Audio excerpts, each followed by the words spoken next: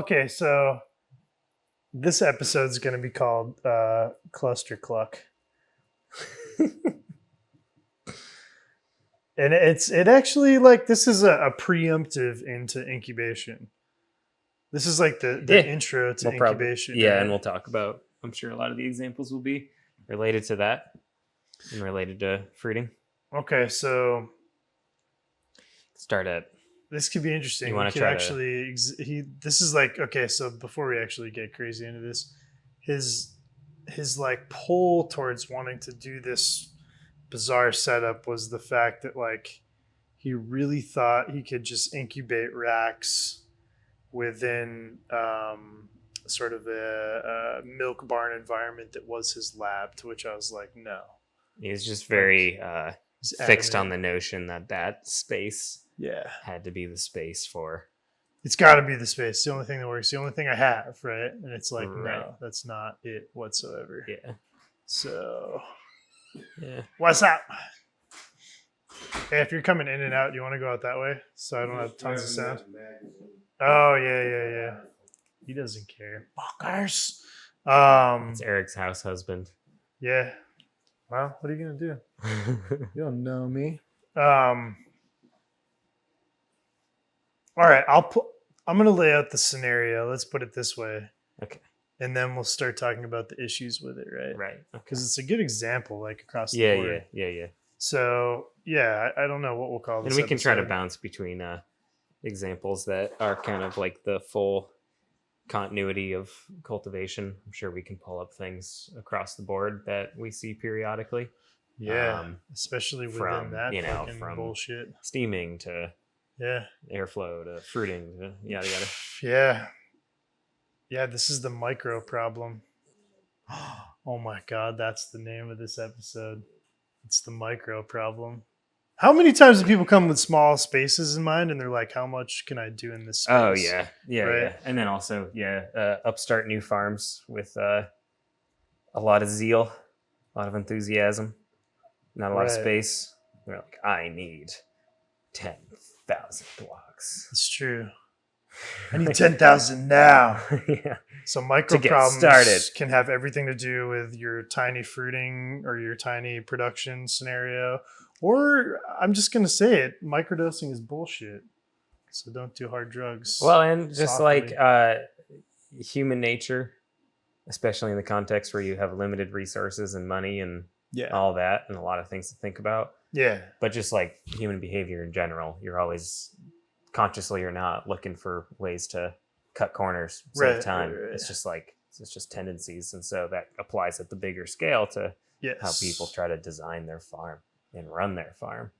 Yeah, I have to peel back. Sometimes I'll be totally analyzed by certain people on consultations where they're like, what will they say? Okay, Eric, like, I'm not coming at this with $100,000. And I'm like, I understand that. But at the same time, you have to understand what it is idealistically and then work back from there. Because if you don't, you're going to fuck up and you're just going to perpetually be like fighting an uphill battle to try and like convince yourself what you're doing is correct. Yeah. And then, like I was saying the other day, is like the bias should be, instead of the bias being how many corners can I cut to get this thing going? Yeah. It should be the other way around, and you should have to like force yourself to justify thoroughly any corners that you cut. Totally. And we all will. Oh yeah. Yeah. You know. Yeah, cutting corners is key, but all right, so a good start with this is an example of a consultation I did without mentioning who it is. Let's just lay out the footprint. So the space that they have, I think it was like 100 square feet, something like that. It's not very big, right? There's a number of problems with the space, given that it's old. It's extremely just dirty concrete. The actual structure is something like this from the outside, with a front door sort of entrance. And then in the middle of the room, there's like this fucking hatch. I don't know if it was like originally like ever push somebody's hair out of the way and go, that's not my hair. Yeah, all the time.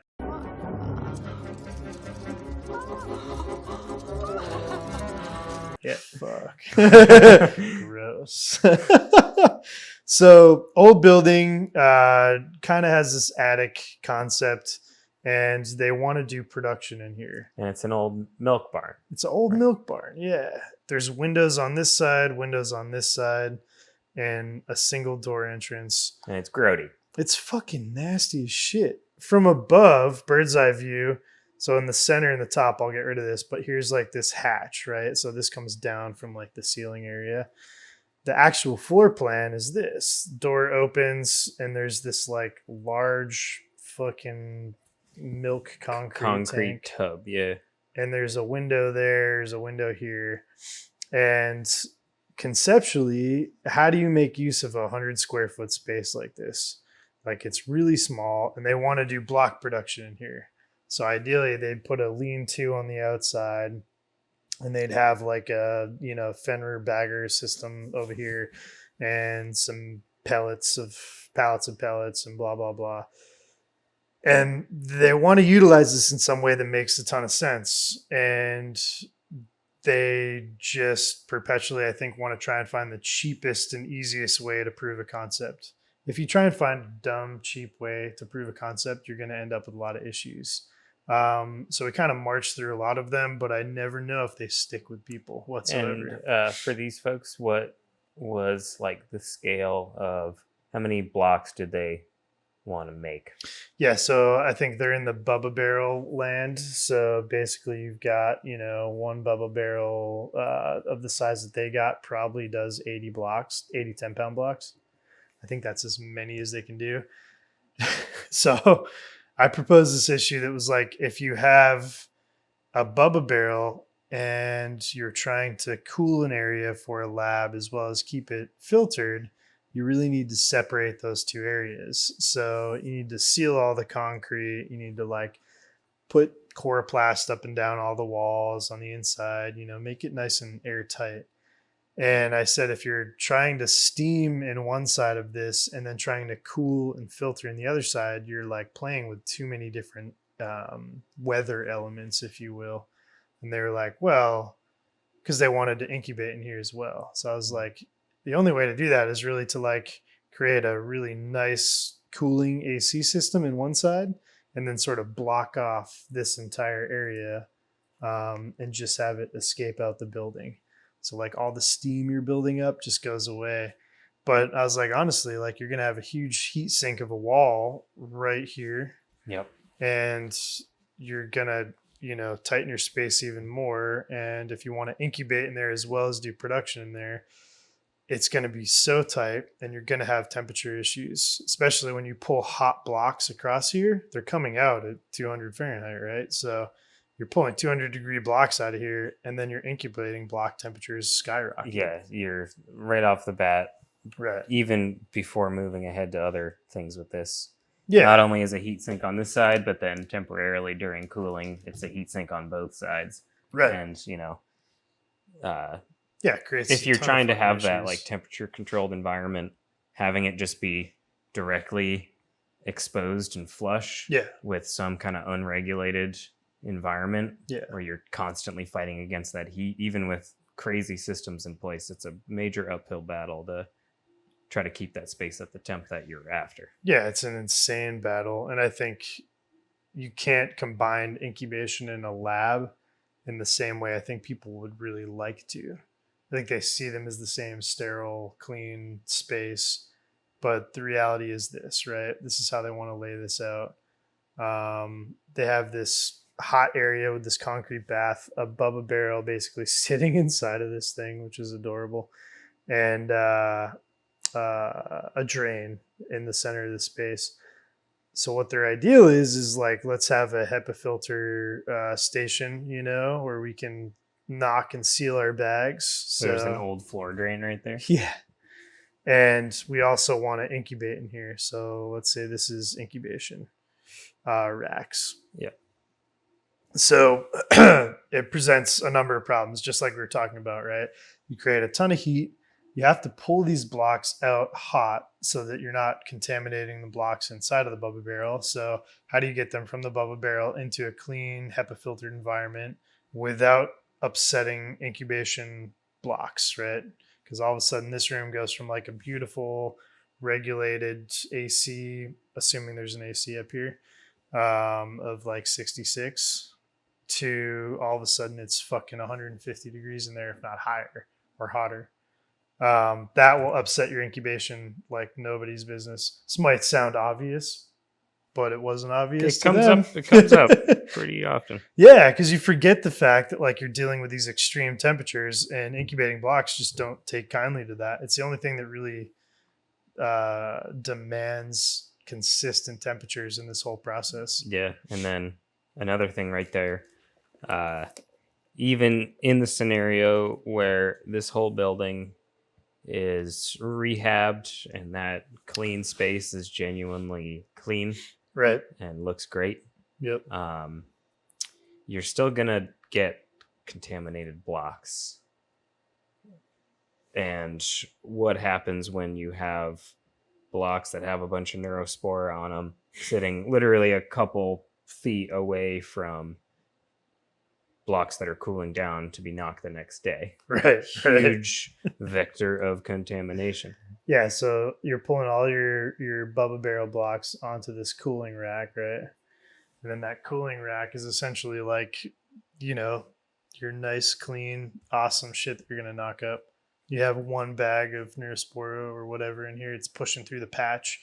We've all seen or there's a hole in the bag or whatever. Right, yeah. Sorry, unicorn, but you're not the best all the time. You're going to end up with an issue here. Like either these HEPA filter fans will pull through here, or recirculating factor is what I suggested to them was put a 2x4 HEPA filter up here to positive pressurize this space with laminar flow so that your lab is sort of cooled from the top. Another issue to resolve is the drain.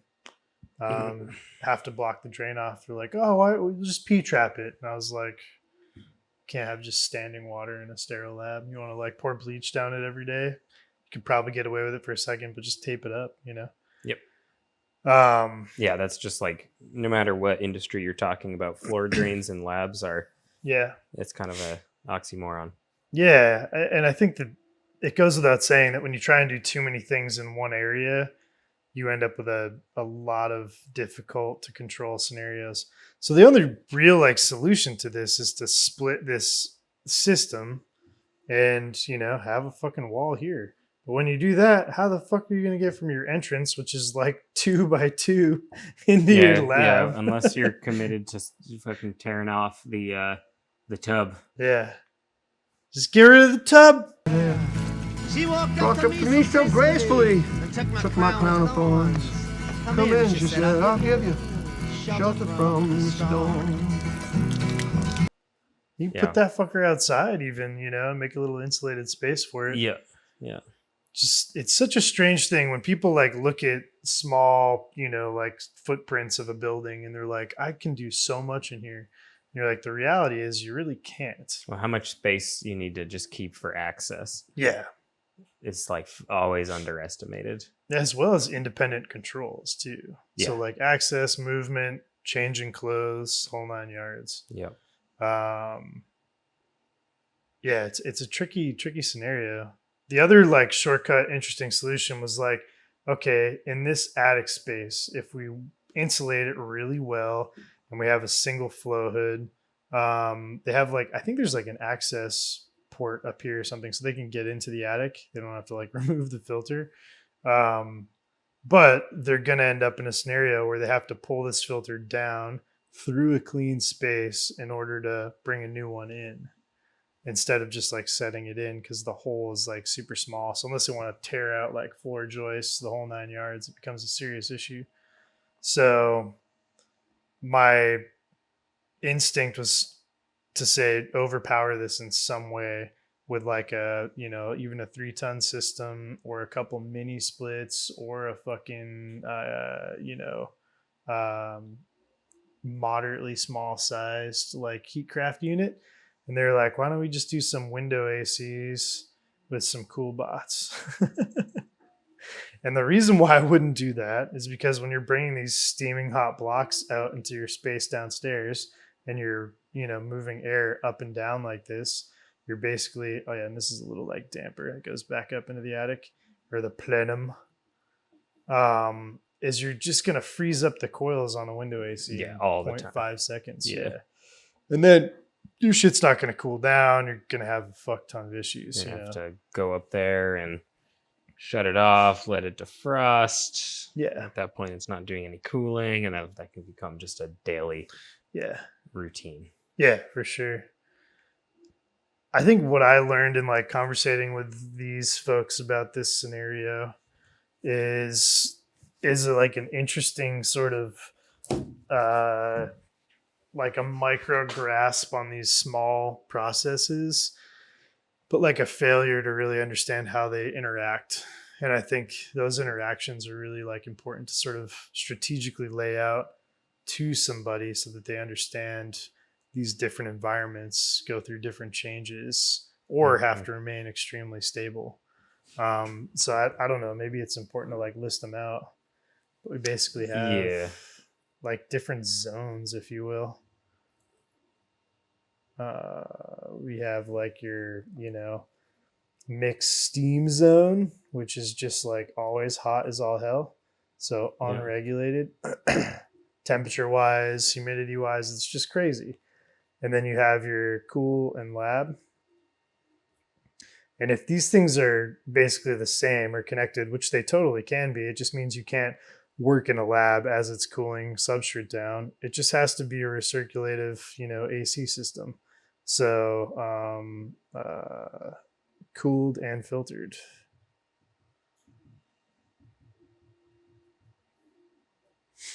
And then in the scenario for incubation, you're going to end up with CO2 regulation plus cooling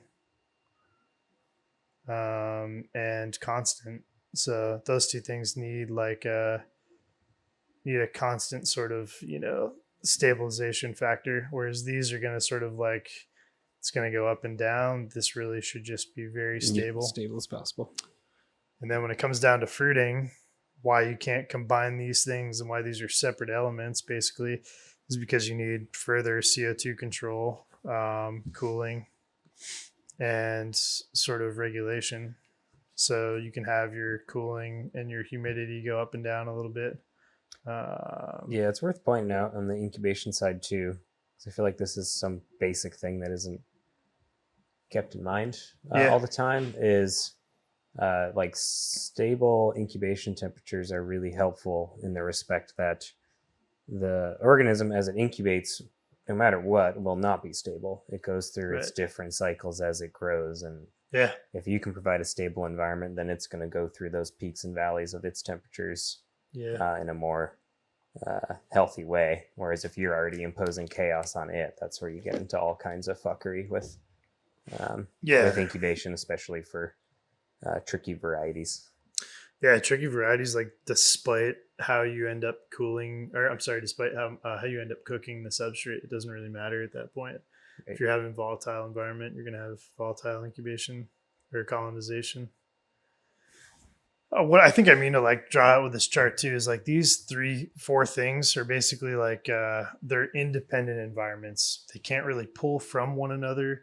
Right. The only really connecting factor here, and we can talk about this in terms of like if we want to go into incubation and lab, is like you can use the cooling factor if it's sufficient enough from incubation to cool your lab, as long as the cooling factor or the heat load that's being put into here to cool the substrate is getting pushed out. Yeah. Yeah. You can't have it closed loop without contradicting that temperature stability and incubation. Yeah, exactly. So this really is one way. This can't go this way because you have too much CO2 in your incubation. That'll fuck up your fruiting.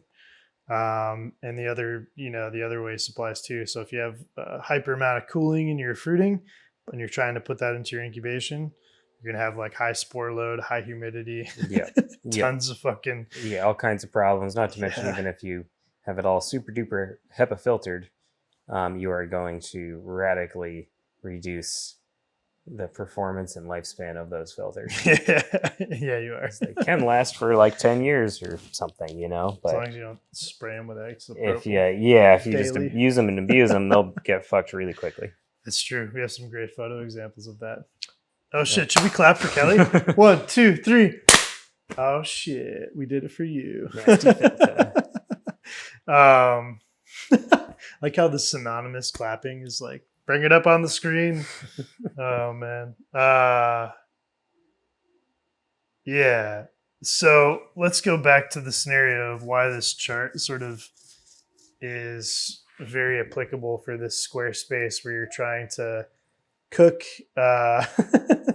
You're trying to have a lab. Cool. Cook, cool, Nah. incubate. So if you want to incubate here and you want to knock here and you want to cool here and you're using that all in the same space, you end up with these super fractured and up and down sort of temperature ranges, despite how constant you try to keep that, temperature. Mm-hmm. And that mostly just comes down to the cooling factor. So the reason these things don't interact, incubation and cooling, it's obvious, right? 2 fluctuating temperatures for incubation, super unstable incubation. So when I brought this up to these folks as an example, they were like, oh, we'll just do 1 knock and then we'll incubate all the shit and then we'll bring it out and then we'll start the cycle all over again. And I was like, that'll work for all of 1 fucking week. Because they'll just realize they need more, and Jesus, we didn't make enough. Fuck. So we got this new new restaurant to sell to, or right. whatever. You can't just crank it up, Yeah. So like it might be a great ideal situation for cycles. I totally don't fight that whatsoever. Sure. But thinking preemptively about where farms go, and especially in this world, is mushroom farms are exploding. It's like, fuck, man, you're gonna need to do back-to-backs eventually. So yeah, and certainly you're gonna need to do more than 1 run every 2 weeks at the utmost with the fastest varieties. Yeah, you're gonna want to at least be doing 1 run a week pretty soon. Yeah, for sure.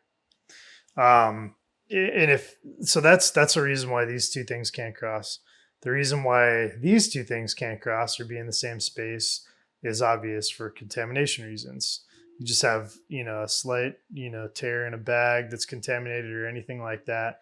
And these things will start, basically creating a huge fucking slurry of crazy. Yeah. Not to mention one thing that I've been thinking about a little bit, is HEPA filters, this whole concept about how they can either be your source of sterile air or just blowing contamination and problems over everything. Yeah, a lot of people to save electricity and whatnot aren't keeping the HEPA filters on at all times, or that's they true. may not have an adjustable rheostat where they can dial down its fan speed. And so if the HEPA filter is off, in that matrix of paper and whatnot inside of it's just sitting there. Yeah. If there's, let's say, moisture kind of wicking off cooling blocks, or respirating out of filter patches, or molds escaping from a contaminated block. That if that filter's not actively working, it'll just soak in, or if it's just a humid environment, it'll just soak in whatever's there if it's not actively pushing out. Oh yeah. So that's a very quick way to also compromise the knock table to begin with. Yeah, it's totally true, man. And I think it's worth examining. Here's the front of a filter patch bag. Here's the filter. This filter is the cross point between outside and your sterilized or pasteurized substrate, right? So gas exchange is the key here. So you have a super stable sort of humidity source out here, and you have 66% hydrated 66. I love 666. 62% ish hydrated substrate inside of this bag. We must find a way. We must make this 666. They're chopping arms and legs off meat cleavers. Gas exchange means CO2 being generated in here and fresh O2 out here have this ability to cross this patch. If it is too humid out here, like Tyler's saying, in the sense that you're cooling down something that's creating a lot of humidity, because these are all 60% and it's hot, you can definitely have more of a contamination risk by the fact that these patches are getting wet and they're pulling across things that are contaminated from incubation via this fan. Yeah, and nothing is perfectly hydrophobic. Yeah. Filter patches included. So once that water's soaked into a filter, despite the fact that they are relatively waterproof, it's just a direct conduit for mold to get in. It's huge. Like, it's huge to sort of like contemplate these weird actualities, because I think we think of like a filter patch as this like perfect hermetic, unit of safety. Yeah, and it's not perfect. Yeah, and it depends too, especially if you're using like an A filter from unicorn, let alone a B filter. Right. They're increasingly porous as you go up the stack. Yeah. Fun fact, I just had to bring up cap and stem's average water pressure, gallons per minute is 6.66. We measured it. Our contamination rate the other day, 6.66. I was like, this is bad. We have to get back down. What's happening here? We must be incubating in our cool down room. Shit. I think the number just follows us. We're special. Yeah. Yeah. We'll have to see how that goes in the future.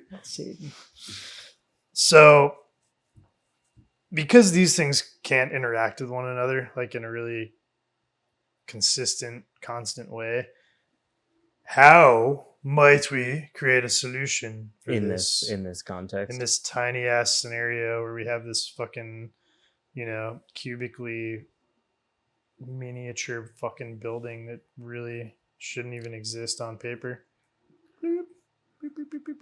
Well,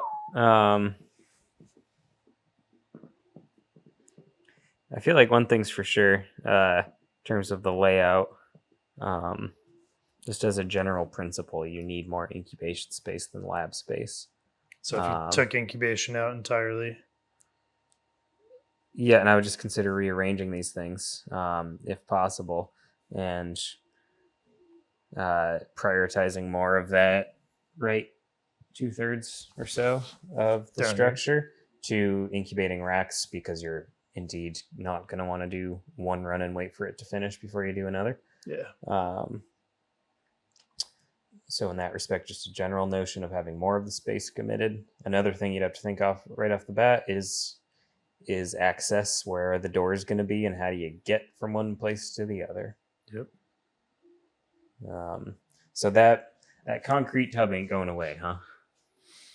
Concrete tub's here to stay. Maybe this will convince them. Maybe I'll send them this video and be like, just knock the fucking tub out. Yeah, man. take the tub out. That would be the first thing I'd recommend. It doesn't really need to be there. You know how therapists like meet up to talk about their patients and how much of assholes they are? They're like sort of like, so I think social workers, therapists, like a lot of people are, you have to do this. Right. This is our version of working through problems for other people.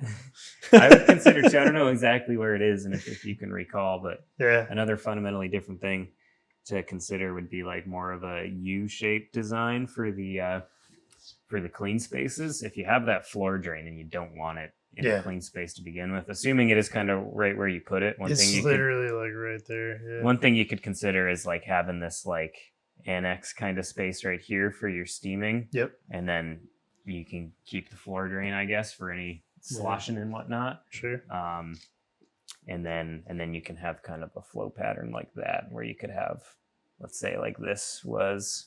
I draw over this. Yeah, for sure. I'll do it in a different color. It's green today. Let's say it's. Is it because you're high, Tyler? It's the first color I saw when I was 1 week old.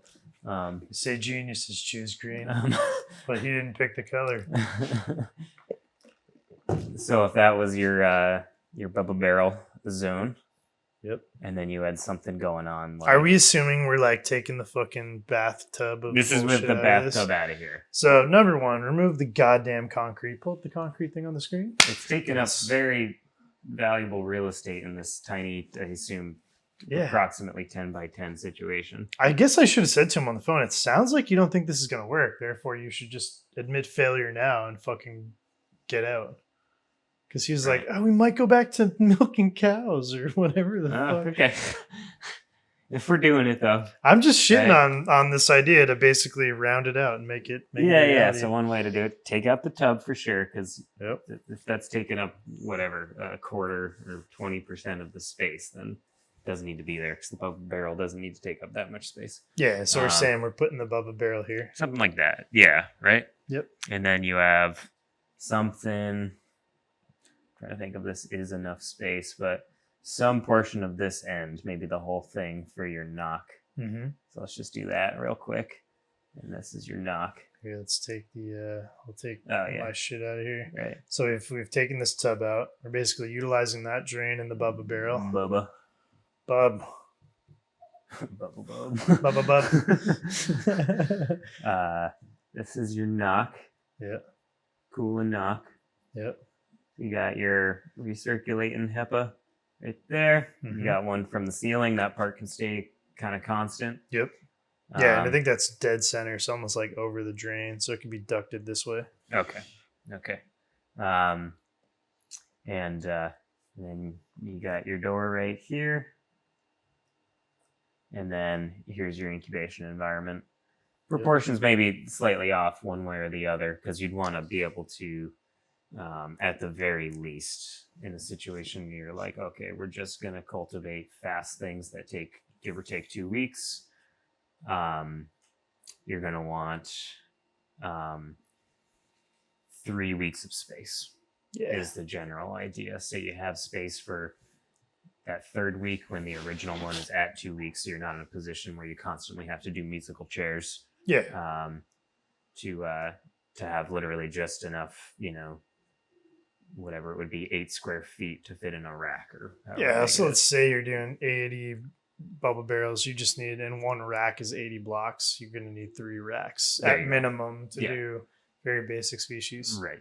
Call it 2-week incubators. Some space to let them breathe. Yep. So it's not just one giant block of heat. Yep. And ultimate death. Yeah, so that would be one way to consider it. Yeah, because what my suggestion would be too is to cool over here and basically create either a wall where the filtration and the cooling factor from incubation in your knock passively like pull from the ceiling. So they pull from up here and they go down into the lab and down into incubation. Yep. And that way, you have your little cooling or your cool corner over here. You can push this shit out through the window. So if this is coming out at 100 fucking or 200 degrees, you get it out. Yeah. And it goes without saying, insulate the hell out of as many of these walls as you can. Yeah. Especially these guys and upstairs. Honestly, if you're using this as a plenum. Yeah. You need to make sure that that's super insulated, because essentially what you're going to do is create a recirculation in these 2 spaces coming from up here. And you're going to use that recirculation from upstairs into these 2 rooms to push that way, not this way.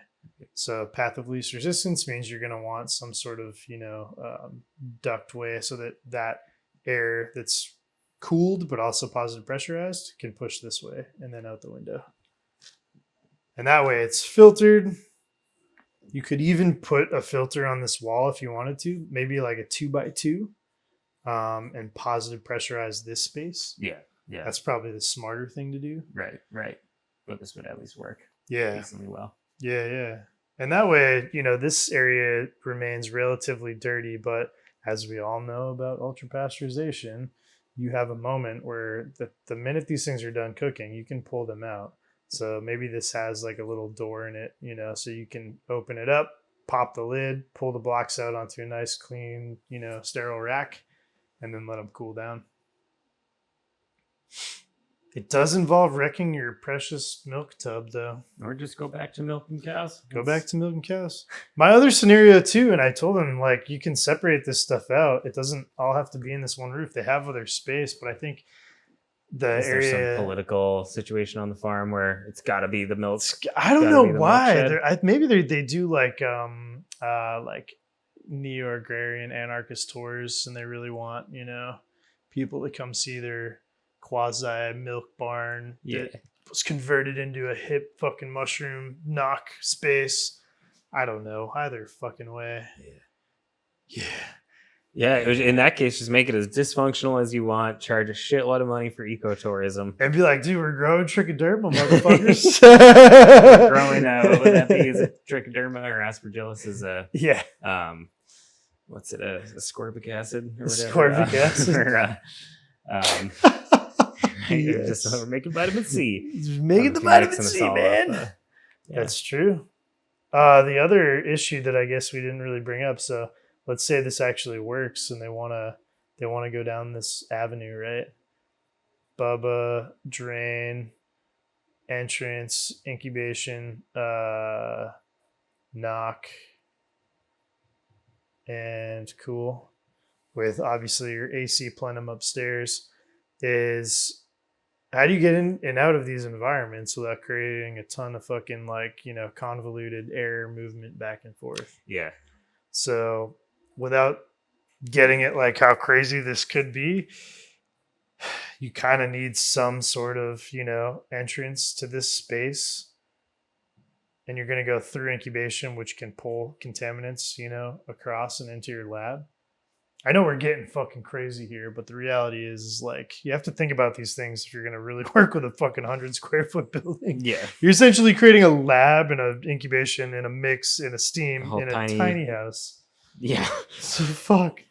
Well, and in a perfect world, when it's possible, ideally, you just move in a linear pattern, one way in, one way out. There's farms that are designed this way. Yeah. They should be designed this way.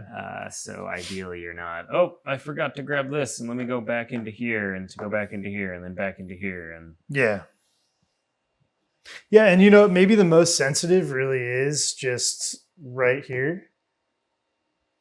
If you're not having shit go on in here before this stuff is cool. So if you actually do have a wall, before you go through this little door to pull these racks through or whatever it is, maybe it's just a curtain, whatever, but you just Tyvek suit, in this space, and then you pull these things out to cool down and pull out here. It's tough. I mean, any way you slice it, like looking at these things becomes like a serious issue because ideally they wouldn't do any of this stuff in here. They would just take incubation out. Right. They would steam and they would knock and then they would move the rack somewhere else for incubation's sake. Right. Yeah. That's a good example. It's a tough one, man. I mean, I've been presented, I'm sure as you have, with so many of these like, dude, this is going to work perfect. Look at this fucking space. I don't know, but the reality is it's not, going to always be perfect. That's a good example because it touches upon, in a minute way, a bunch of the most common things that people want to try that look great in theory. Such as? Well, let's go to closed loop recirculation of air with the entire facility from fruiting to incubation. We touched upon it a little bit, but that's something that I know you and I have heard proposed to us when people are designing their new space or their first space. Yeah. Frequently, of maintaining this perfect efficiency, and especially some people coming from like an engineering background with some familiarity with HVAC. Yeah. And to be like, how can we save as much of this air as possible? Right. And come up with these very, very elaborate and very passionate ideas about perfect recirculation. Yeah. And then those plans have to get squashed. Yeah. Generally. Yeah, there's some very big farms out there that have, for instance, like reefer units inside of their fruit rooms just because, like, and by refrigeration, I mean like evaporative cooling units, sucking spores right through the coils, blasting out dirty fucking spore-ridden air, clogging up the fucking coils to the point where they have to tear the entire thing apart every week. I'm not mentioning who that is, but if you've been there, you know it is like the most asinine fucking waste of labor I've ever seen. It doesn't make any sense to me. So, And what was their motivation to do it in the first place? I think they don't understand the idea of a plenum. Right.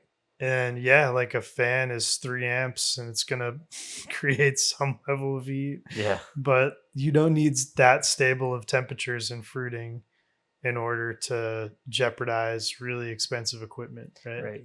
So like they've gone to that degree, and they're not alone. Like there's a lot of farms that operate like this, but you know, it's none of these things are ideal until you really split those things apart.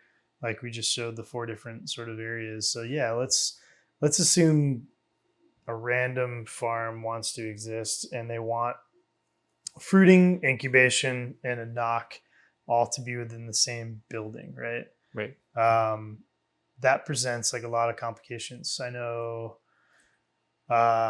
you know, how crazy has Corey gone down the rabbit hole from hi-fi, like trying to like get the ideal situation underway for his new facility.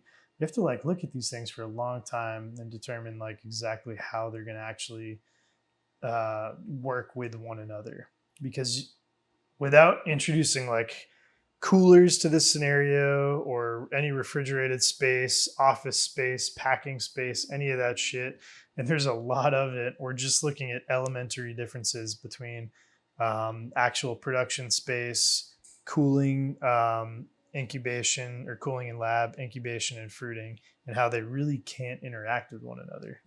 So like it's probably just most simple to just draw it as a grid. Sure. So we have like a mix area, and obviously they're not 4 quarters. You need twice as much incubation as fruiting, and so on and so forth, right? Yeah. Let's say you want to do the whole thing, and I just mean substrate production model. Sub-production. The basic sort of conceptual idea is the mix and steam area, or mix. Yeah, I'm gonna call it mix and steam. Most people are doing that. Doesn't have to be very regulated. It's just regulated for comfort, right? Reg for comfort, man. I told myself don't talk in a Wien accent the entire thing. Stallion, man. And then we have our lab and cool, right? So as dirty mix, steam, air, super hot and volatile, and just dirty, doesn't go into the lab, this stuff can bleed off into here. Exactly. And that's the simplest way to fight against that. Pretty good pressure threshold. Yeah. Just be pumping it out. And in a perfect world, even it just has to be like a little tiny closet, but in a perfect world, there's a little buffer between the two. Yeah. Yeah, it just has to If be you a can do it. separation of whatever it is. And, you know, as you pointed out in other episodes and stuff, like you can have a steam box and say it's in the corner, and you can pull, you know, your shit through a semi-dirty area to cool down without very much risk at all. Our third sort of section to this is incubation. So this thing generates a ton of AC power and really high CO2. So high CO2 and temperature control.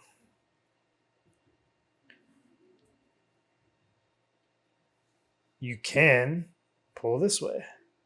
But I certainly would not recommend pulling this way. And that's for a ton of reasons, right? This has a volatile temperature range. And if this is super hot and you're just pulling out 200-degree blocks, you don't want to dump that into incubation despite how you're cooling this lab. So this lab needs independent cooling from incubation. And you want to take that independent cooling and dump it back into a mix/steam area or directly outside. Incubation, high CO2, and temp control can certainly pull from incubation if it's powerful enough to cool down your lab. Yep. Or perhaps you're in a situation where you have a plenum above all of this bird's eye view, and then they're just independent. Yeah. Totally. And I think that's like the ideal, but I think most people don't have like That's like the beauty of this milk barn as an example, is like there's a pre-existing plenum. Right. It's pretty fucking sweet. If you put an adequate size AC in there, like you just created a really kind of cool closed loop environment for cooling from above. And you could even have independent areas, ducting wise, depending upon how big that space is. But and then we have fruiting. So fruiting needs its own independent controls. You certainly don't want to go this way, and you certainly don't want to go this way. So neither of these work for air exchanges. So in the grand scheme of production, these three things can work with one another. You sort of like the process starts in one direction and goes to the other, and the airflow can come the opposite direction. So those two things sort of pass one another. But the real issue becomes when you want to involve fruiting in these scenarios. A lot of people really try to over engineer, as you put it, like how they're going to utilize this cooling factor over here for fruiting. The only way to do it, if you're actually like cooling from here and this becomes a high CO2 environment, is to have independent cooling factors out here. And they basically cool from the outside of the building and they get flushed to the outside of the building. It's just a one-way path. If you put too much of a spore load in there or too much dirty air in any of these directions, you're going to risk this environment. And if you put anything going from this direction into fruiting, you're not going to have the temperature control and you're going to have a spike in CO2. Right. So really this area just has to completely be disbanded from, everything to do with the closed loop that can be production. Yeah. Yeah, if you're from above, I feel like it would be even cooler. How do we draw that? That's like space age to think about. But so if we have this like weird cooling plenum, let's say you have two independent floors, right? I think I'm putting him to sleep. He doesn't care anymore. It's over. This is your plenum upstairs, and you essentially have 4 grids on the floor for 4 independent rooms down here. And these 4 independent rooms can be fed by a single AC system, right? So if your plenum can activate, 4 different fans for 4 different areas, great. The real issue becomes you can't recirculate. Right. And you'll have to have disproportionate application of that air to here. Yeah. Mainly. And then there. Exactly. And then you can't pull it into your fruiting at all. So great scenario is it's a pre-filter room, pre-filter, pre-conditioning and cooling these 2 areas in particular. Thrinking lab. Great. We sort of went over that a bit in the lab design and stuff. Right. But I think it's important to make use of vertical space if you have it. That's what we'll be doing in our dirty loo spot. All right, I've talked too much. What do you think? I think that was very succinct. That really broke down a lot of the basic stuff. Fucking micro problems. There would be some other types of topics of these common corners cut. I feel like so much of the conversations I have too come down to like independent room control. If you really want there to be even air exchange within a lab, within a fruiting room, within a incubation space, you really do need independent controls for each of those things. So it does kick out a lot of engineering aspects, and I don't try to give shit to engineers. I think there's such a thing as like idiot savant, and this traps them all the time. Right. Well, and also it's like if you're coming from outside that biological context where you're not just factoring in, just more basic HVAC concepts of recirculation, but you also have to factor in spore load and temp stability and the different needs of each of these spaces. Yeah. Can require like a rewiring a lot of ordinary precepts that people have with HVAC and so forth. Yeah, it totally does. Yeah. I mean, incubation is its own like interesting nightmare when it comes to that, depending upon what you're incubating, right? the filter patch bag, the sensitivity of the material. Do you need a plenum? Can you just have an AC directly, ducted in? Mhm. Yeah, it gets complicated. Oh, and then another thing to think about too is with the recirculation aspect is, like you said, fans produce heat. Yeah. And you have to factor that in when you're thinking of, okay, if I'm going to pump in air, let's say from my incubation space to my inoculation space, if it's at, let's say, 65 in your incubation space, it's not going to be at 65 by the time it gets through any HEPA filtration or whatnot from one room to the next. It's going to be hotter than that. Yeah, let's give an example of like our sub incubation. It's fed by these, massive evap coolers, and then there's condensers on the roof, right? So 4 condensers for 4 evaps. So this thing is basically like propelling a ton of air into a space to keep the temperature at 66 Fahrenheit. This isn't filtered, really doesn't need to be for substrate. We're not dealing with spawn and the sensitivities of high nutrient grain. But if we want to use the excess of cooling in here, and we want to cool an incubation space that is indeed it needs to be filtered, for instance. So we put a HEPA filter here and a fan here, and we pull conditioned air across. This is going to be like 68 to 70. Right. For a number of reasons. But if you're positive pressurizing a space, all that sort of generated heat inside of here is like pushed out and then slowly evacuated from this room, depending upon how much pressure is in here. And then, like you were just saying, you're going to have some heat creation here. So heat generation means that this creating a positive pressured environment will increase the heat by X amount. So right. If you're trying to create a scenario like that, and that forces us into a scenario where because in the context of a high nutrient growing medium, you have to be more mindful of temps that high to start to look into independent AC for that space, because ideally it is not warmer than substrate. It's a hotter growing medium, so you ideally want it lower than 66, mid to low 60s. So into just a fundamentally independent AC unit to feed this room, as nice as this is and was, just to have that proper stable environment. Yeah, it's another reason why I think a lot of people don't understand like the importance of accurate cooling. Something like I just learned, which is really interesting, specifically about these units that we use, which, are just like going into a walk-in cooler. These evaporative coolers have different like distances and depths and then ranges. So the actual coil size, the fan speed, as well as the type of, refrigerant in there can create different differentials, right? Yeah, differentials in terms of humidification in an environment or whatever. So it's important to really like work with HVAC that way and know how you can control these things.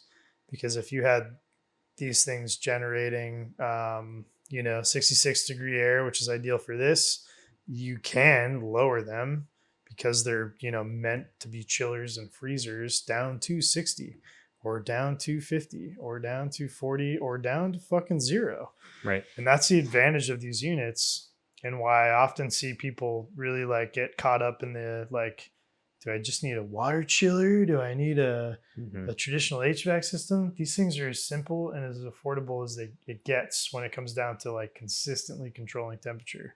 So, Heatcraft is just like one company, but there's a lot of different units out there that create these evaporative cooling units. So take it by an example of you worked in a shitty restaurant and you were inside of a walk-in cooler. You just take that unit and put it in your incubation. Compressor sits outside. You have tons of cool air. Yep. So the efficiencies for that are a lot more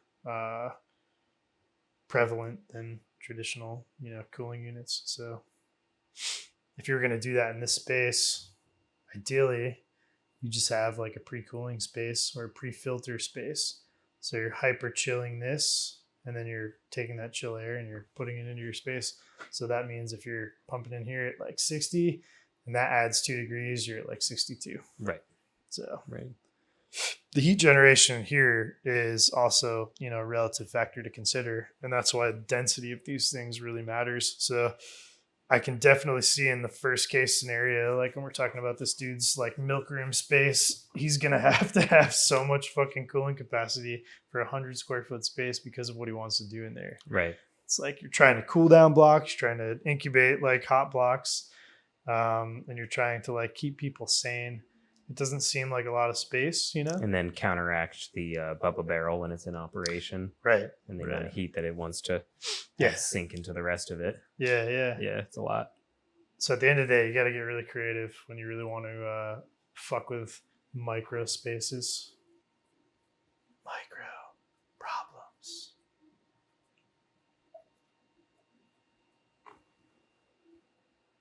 What else? Fun. Is that it?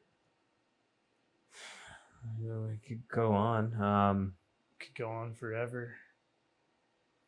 I feel like it's a good breaking point to just explain those differentials. Yeah. And then, maybe the next episode we'll go into incubation. Right. And like in detail that how was the to other thing figure that stuff out. Yeah, that's the other one we were mulling about is like incubation environments, fruiting environments.